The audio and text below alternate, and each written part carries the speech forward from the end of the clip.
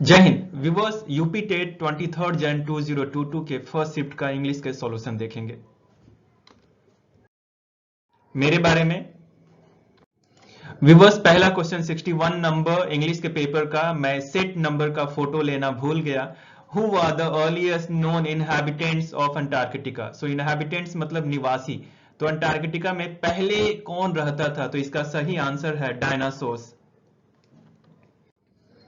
Next, which of the following words is an adverb. Adverb कौन सा है? तो आप जानते हैं एडवर्ब एक पार्ट ऑफ स्पीच है जो एडजेक्टिव, वर्ब और दूसरे एडवर्ब की भी विशेषता बतलाता है। तो यहां पर जो अपेस है जिसमें कि अ प्लस पेस लग जाता है, तो इसका मीनिंग है ये एट अ फास्ट स्पीड और क्विकली, तेजी से, ये एक एडवर्ब है। और कई बार आप गौर करेंगे कि जैसे अस्लीप है तो अ प्लस स्लीप हो जाएगा, तो वो एक एडवर्ब हो जाता है जिसका मीनिंग होता है सोते हुए। नेक्स्ट, आपको एक करेक्ट कंजंक्शन लगाना है। सो यहां पर जो बेस्ट ऑप्शन है that is one, as he had not paid his bill his electricity was cut off. चूंकि उन्होंने बिल पे नहीं किया था तो उनका बिजली कट कर दिया गया। बाकी जो ऑप्शन है यहां पर गलत है। Next, death lays his icy hands on kings. तो यहां पर करेक्ट फिगर ऑफ स्पीच आपको चूज करना है। तो आप जानते हैं कि मृत्यु का कोई हाथ नहीं होता, तो यहां पर जो करेक्ट फिगर ऑफ स्पीच है वो है पर्सनिफिकेशन। मतलब कवि ने यहां पर डेथ को एक पर्सन की तरह दिखाया है कि मृत्यु ने अपने ठंडे हाथ को राजा के ऊपर रख दिया। तो आप जानते हैं पर्सनिफिकेशन व्यक्तिकरण तब होता है जब आप किसी वस्तु या पशु को या निर्जीव चीजों को आप मानवीय व्यवहार दे देते हैं। फॉर एग्जाम्पल, आप कहते हैं दी लव इज ब्लाइंड, तो यहां पर जो फिगर ऑफ स्पीच है वो है पर्सोनिफिकेशन। नेक्स्ट, आपको प्रॉपर सीक्वेंस में अरेंज करना है ताकि एक कंप्लीट सेंटेंस बन जाए। तो यहां पर आप देखेंगे कि बहुत क्लोज ऑप्शन है जो आर से शुरू होने वाले हैं, यू विल फाइंड, बट जो बेस्ट ऑप्शन है दैट इज ऑप्शन 3, PRQS। जब इसको आप अरेंज करेंगे तो जो करेक्ट सीक्वेंस होगा, the guide said that, guide ने कहा, nowhere in the world, दुनिया में कहीं भी, you will find a fairer building, इससे सुंदर बिल्डिंग, किसके सुंदर? ताजमहल से सुंदर बिल्डिंग आपको नहीं मिलेगी। तो बहुत क्लोज है जो ऑप्शन आर से शुरू हो रहे हैं वो वाले। नेक्स्ट, आपको दिखाना, आपको ये प्रोवर्ब की मीनिंग बतानी है। So a bird in hand is worth two in a bush. एक हाथ में जो पक्षी है वो बुश में दो पक्षी के बजाय बेहतर है। तो इसका सिंपल मीनिंग है, आप हिंदी में उसको बोलते हैं नौ नगद न तेरह उधार। फॉर एग्जाम्पल, इसका और डिटेल बात करें तो किसी के पास कुछ बेहतर पाने की कोशिश करके उसे खोने की जोखिम उठाने की तुलना में उसी चीज को लिए रहना बेहतर है। फॉर एग्जाम्पल, मेरे हाथों में यदि एक बर्ड है और फिर मुझे बुश में, झाड़ी में दो बर्ड दिखती है, तो ऐसा नहीं कि इसको, एक को मैंने रख दिया और उन दोनों को मैं लेने चला गया। तो इससे क्या होगा, हो सकता है वो जो दो बर्ड्स हैं वो भी बुश से कहीं गायब हो जाएं, चले जाएं, मिल ना पाए, और एक जो मेरे हाथ में था उसको भी मैंने खो दिया। तो सिंपल में कुछ ज्यादा पाने की चाहत में कहीं ऐसा ना हो कि आपके पास जो है उसको भी आप खो दें। नाउ आपको करेक्ट ऑप्शन चूज करना है फिल इन दी ब्लैंक्स के लिए। तो यहां पर फ्रेंड्स जो बेस्ट ऑप्शन है that is option 3, I have not seen. So I have not seen him since we met a year ago. मैंने उसको जब से एक साल पहले देखा है तब से मैं अभी तक नहीं मिला हूं। तो यहां पर जो करेक्ट आपको टेंस यूज करना है वो है प्रेजेंट परफेक्ट। क्यों? क्योंकि ये प्रेजेंट परफेक्ट एक ऐसे एक्शन को दिखाता है जो कि पास्ट में तो हुआ है और अभी भी जारी है। मतलब मैं एक साल से उसे नहीं मिला हूं और अभी भी नहीं मिला हूं। So I have not seen him since we met a year एगो।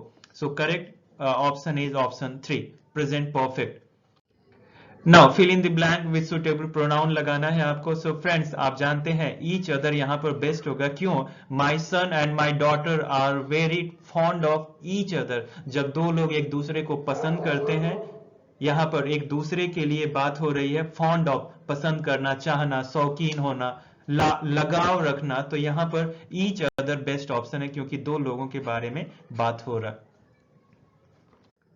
नेक्स्ट, आपको मेटाफर, मेटाफर जैसा कि आप जानते हैं एक ऐसा फिगर ऑफ स्पीच है जिसमें दो डिफरेंट चीजों के बीच में तुलना की जाती है, लेकिन जो तुलना वाले वर्ड जो है, like words of comparison, just as, like as, so as, etcetera का यूज नहीं किया जाता। तो यहां पर आप देखेंगे कि for example he is a big donkey, तो ये यहाँ पर बेस्ट एग्जाम्पल है मेटाफर का, क्योंकि आप जानते हैं मेटाफर दो विपरीत व्यक्तियों या वस्तुओं की तुलना की जाती है, लेकिन तुलना वाले जो शब्द हैं जैसे just as, like as, such as, similarly जैसे शब्दों का प्रयोग नहीं किया जाता।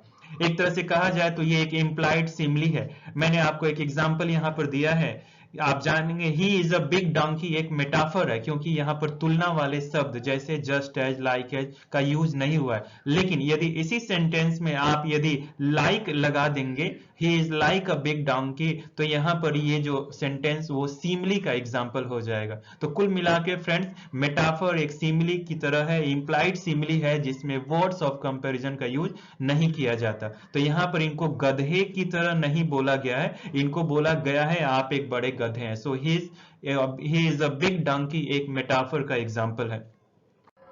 Now, correct option for this one word substitute, study of population is known as, जनसंख्या का जो अध्ययन कहा जाता है उसको फ्रेंड्स आप डेमोग्राफी बोलते हैं। नाउ ट्रांसफॉर्मेशन करना है डायरेक्ट से इनडायरेक्ट। सो पहली बात, ये तो एक आपका इनडायरेक्ट स्पीच है, और इसको आप जब डायरेक्ट बनाएंगे तो यहाँ पर जो करेक्ट ऑप्शन है वो है I said to Sheela may I know your father, और जब आप इनडायरेक्ट बनाएंगे तो ये ऐसे हो जाएगा सेम जैसा कि ऊपर क्वेश्चन में दिया गया है। यहाँ पर आप ऑप्शन आपको ये क्लोज हो सकता है, लेकिन चूंकि told Sheela, normally direct speech में आप टोल्ड न यूज करके सेड टू का प्रयोग करते हैं। Next friends, to ring one's own bell, अपनी घंटी खुद बजाना। फॉर एग्जाम्पल आप देख सकते हैं ये एक ट्रम्पेट है, इसका मतलब अपनी बात को खुद बताना, पब्लिसाइज करना। तो यहाँ पर जो बेस्ट ऑप्शन है to be one's publicity agent, खुद का खुद ही पब्लिसिटी, प्रचार के लिए एक एजेंट बन जाना। तो ये यहाँ पर, और इसी को to be one's own trumpeter बोलते हैं, और ये जो इंस्ट्रूमेंट है उसको बोलते हैं ट्रम्पेट, और जो बजाता है उसको आप बोलते हैं ट्रम्पेटर। तो यदि आप ट्रम्पेटर अपनी ओन ट्रम्पेट बजा रहे हैं, इसका मतलब है you are ringing one's own bell, you are ringing your own bell. Now moving to what kind of adjectives are used in the following sentence? इस सेंटेंस में a live ass is better than a dead lion। तो आप देख रहे हैं adjective यहाँ पर एक live है और एक dead है, जो इस lion की विशेषता और यहाँ पर एक ass की विशेषता बतला रहा है। तो ऐसा एडजेक्टिव जो विशेषता बतलाए उसको आप बोलते हैं क्वालिटेटिव एडजेक्टिव, और यहाँ पर जो बेस्ट ऑप्शन है that is one. So adjectives describe the qualities of a person or thing, whether they are large or small, happy or sad, or maybe live or dead. Now, misspell, जिसकी spelling गलत है, तो friends यहाँ पर governance की spelling, correct spelling है governance, यहाँ पर ए होगा, यहाँ पर ई दिया हुआ इसलिए गलत है। द एक्शन और manner of a governing a state, organisation etcetera, आप एक राज्य को, संस्था को कैसे शासन करते हैं, that is called governance, and we need good governance. Friends synonym, attenuate, इसका मीनिंग है बेस्ट ऑप्शन है टू मेक और बिकम थिन और फाइन। तो यहाँ पे जब किसी चीज को आप पतला करते हैं तो एटेन्यूएट बोलते हैं, बेस्ट ऑप्शन इज वन।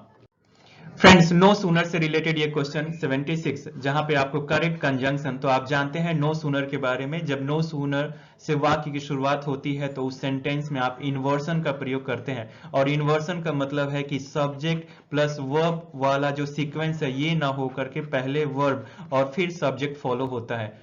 तो यहाँ पर नो सूनर से वाक्य की शुरुआत, तो सबसे पहले हमें देखना है कि किसमें किसमें इन्वर्सन है, तो इस सब में है, देख रहे हैं आप। लेकिन एक और नियम है कि नो सूनर के बाद आप देन जो है वो फॉलो होता है। तो आप गौर करेंगे कि नो सूनर और इन्वर्सन के बाद जो करेक्ट ऑप्शन है दैट इज ऑप्शन 3, यहाँ पर नो सूनर भी है और यहाँ पर देन भी है, तो ये जो सेंटेंस है वही सही है, ऑप्शन 3।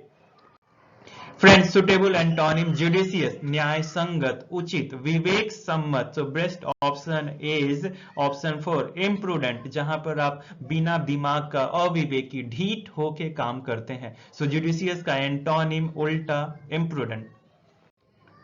अब फ्रेंड्स ये पैसेज है, मैं आपको एक जल्दी से इसका मीनिंग भी मैंने लिख दिया है।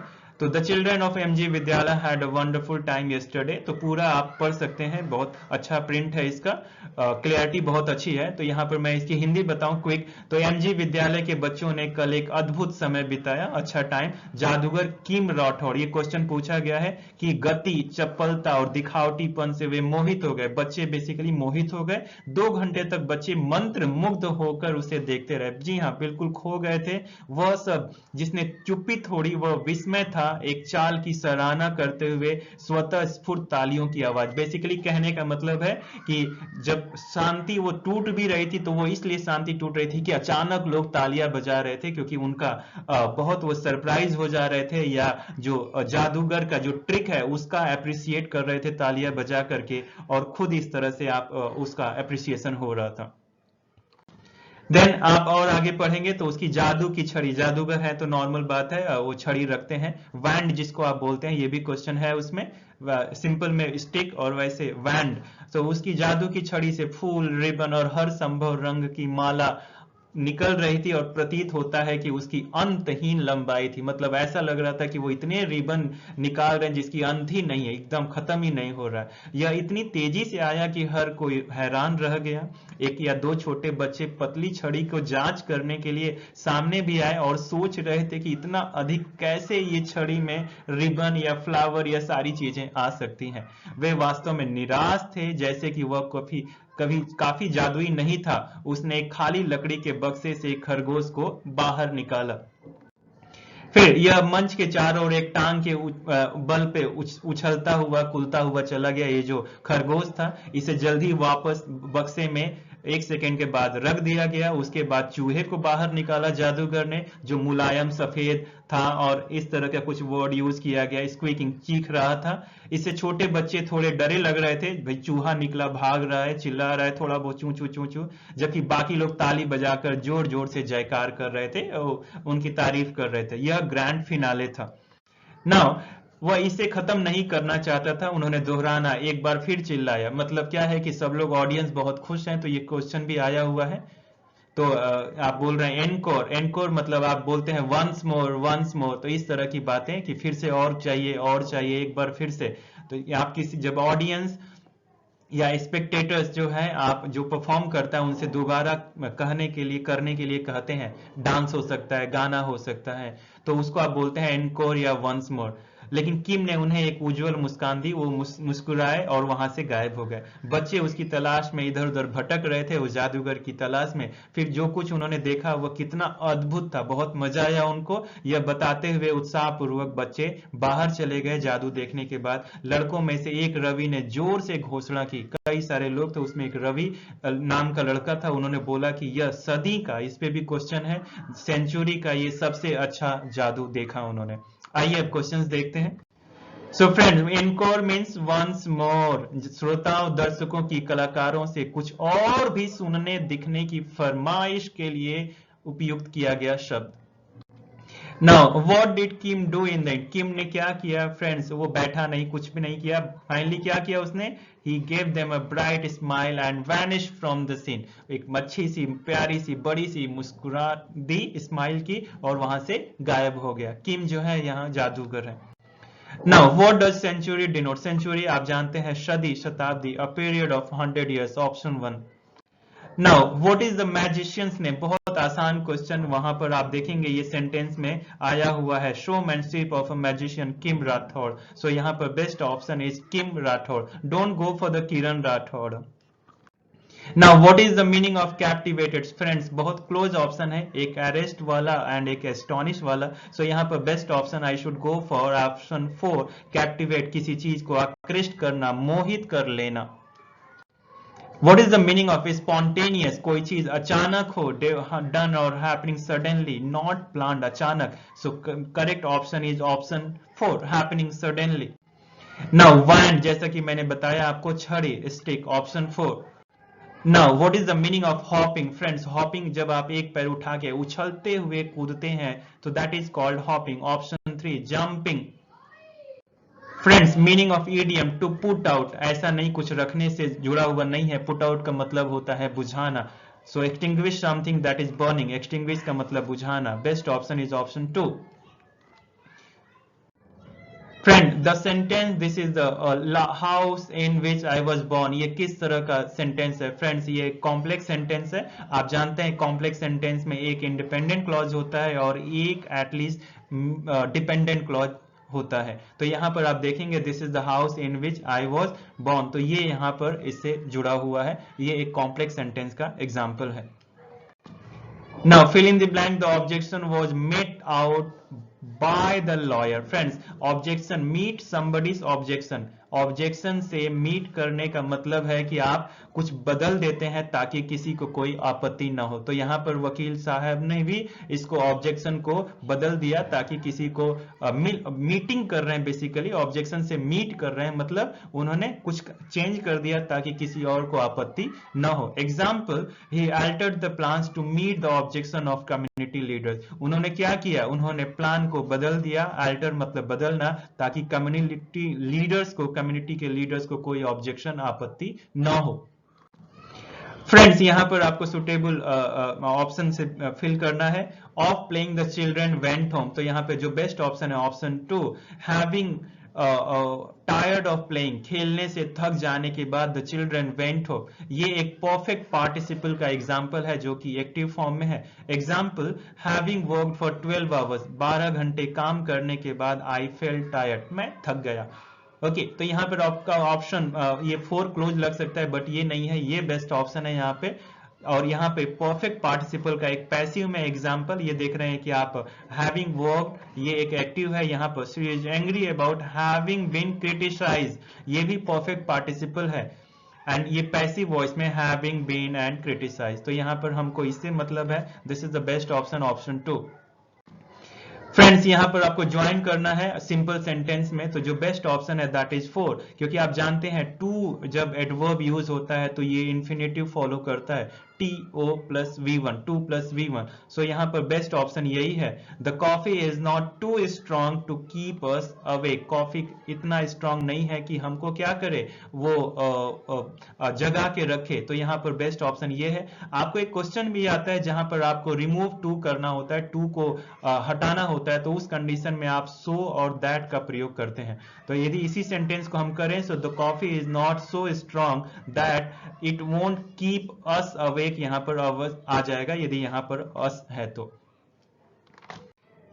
Friend, this was all about our English paper. I hope ये वीडियो आपको बहुत पसंद आया होगा। आप इंग्लिश की क्लास के लिए मुझसे जुड़ सकते हैं, डिटेल यहाँ पर दिया हुआ है। व्यूअर्स, यदि अभी भी आपने मेरे चैनल को सब्सक्राइब नहीं किया है तो सब्सक्राइब कर लीजिए, और यदि सब्सक्राइब कर लिया है तो लाइक, शेयर एंड कमेंट करके मुझे आप और एनर्जी दीजिए ताकि ऐसे ही बेहतरीन वीडियोस मैं आपकी तैयारी के लिए बना सकूं। Thank you so much for watching, best wishes, get selected. जय हिंद। और हाँ, मैं सेकंड शिफ्ट के पेपर के लिए जा रहा हूं अभी।